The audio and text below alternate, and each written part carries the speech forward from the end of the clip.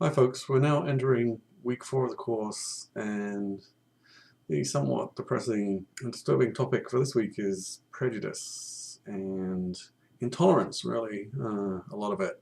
So the first article I've given you on anti-Muslim prejudice starts out talking about something I experienced.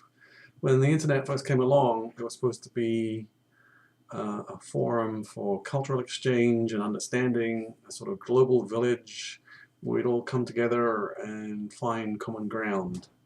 That does happen, and there have been some notable good effects from the internet. The Arab Spring of a few years ago was widely credited to social media helping people come together and start various resistance movements. On the other hand, it's also allowed extremism to flourish, and people who believe in really intolerant and extremist views to find each other and to form their own communities. So the end result, as this article points out, is polarization. This is also a theme you'll find in the third reading, that people tend to read things that reinforce their own prejudices. They join groups or where other people agree with them, and so you get this net polarization effect. It happens with me with my own feeds. You know, I'm left-wing, and I tend to get, particularly on Facebook, updates from left-wing news sources. I don't watch Fox News, and I don't get updates from right-wing news sources. So people tend to live in their own little spheres, and their prejudices aren't really challenged in any way when on the internet, because you can be so selective about what you read and see and believe. So that's what that first article is kind of delving into, particularly how social media and the internet helped reinforce anti-Muslim prejudices in the US, where that's obviously a huge problem. Post 9/11, and in Britain too, where I grew up, there's a lot of hate crimes that are a result of such coverage. The second one, there's a lot of statistics in it, and you can skip over those and go to the discussion.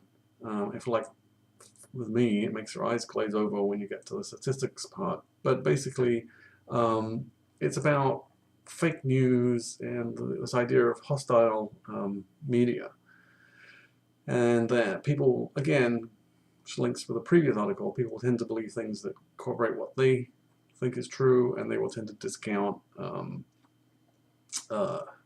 things that challenge their own assumptions. This article is a little dated now, unfortunately, because towards the end it says that mainstream news is seen as more credible than blogs. That's actually changed, at least in the US context, which I know best because I'm living in that media environment. Thanks to a long history of anti-mainstream media agitation from the right wing, a lot of right-wing people now won't believe what they call the lamestream media. They won't, but they do believe various partisan blogs. So the conclusion to that article is now no longer necessarily true in the US context.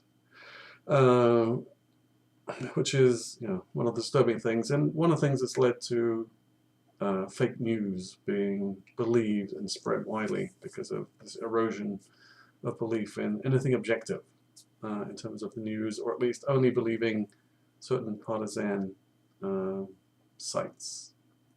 And then finally, the third article is mixed. It has some positive things to say about resistance through blogs and challenging prejudice and forming communities of writers and readers.